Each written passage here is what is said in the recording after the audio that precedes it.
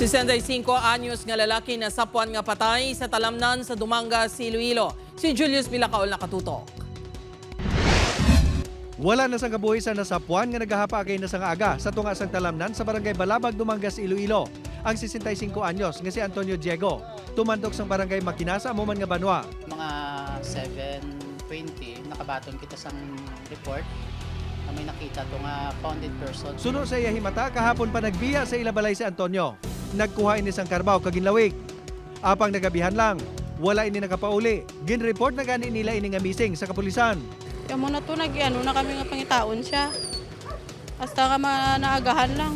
Mga aga na mo nakita. Sa pagpangusig sa sang soko, posible nga mga 12 oras na kuno nga napatay si Antonio antes na sapuan. Wala man sa nakita nga indikasyon sang foul play sa lawas sini. Bisan ang mga himata sini ang kumbinsido man.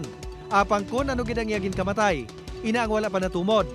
Wala man kuno ini sang balatian. Naglain niya pumatsyag. Matsyag siguro, naglihin ulo niya.